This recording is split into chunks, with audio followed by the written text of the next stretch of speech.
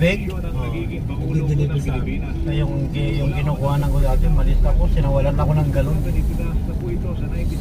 Walang niya.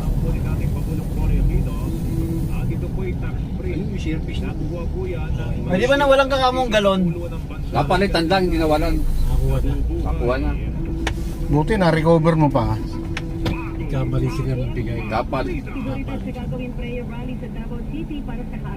Meron nga ako nakakuha ng takip sa karsada eh. GL1 151. Ito po ng barangay. Oh. Yan, yung barangay. Paskam. May barangay dyan? Paskam 2. Dula. Hindi, doon ang... Paskam 2. Hindi, doon pa yun, di ba? Paskam 1 dyan. Doon nililipat. Ba tayo eh, Paskam. Ah, doon pala yan. Sa kanan.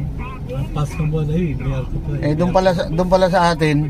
Nag-aagawang Paskam 1, Paskam 2 pala doon. Tagal ko lang alam yung Paskam to yan. Kaya lang yung mga Kaya ano... sabi, Paskam to tayo eh.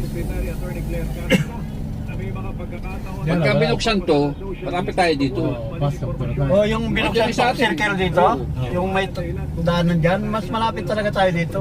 Kaysa dyan Kaya sa ginagawang Paskam. Paskam to tayo.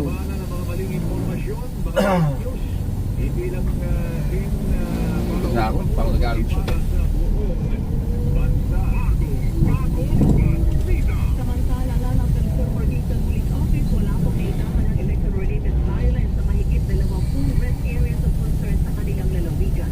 Ayon kay Police Lieutenant Colonel Juanito Camis, na ng Central Police Deputy Provincial Director for Operations, ayon siya po positive sa lalawigan, pero sa Gasket pa yun. yung mga lugar na nasa red category. May pre-dax ka man. Ano. Tapos sumama ng picture natin. Familiarity lang to.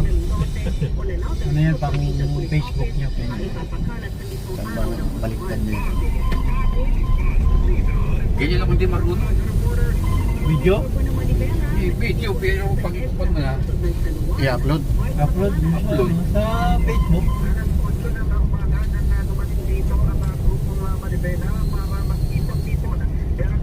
Yan, Paskam 1 na yan.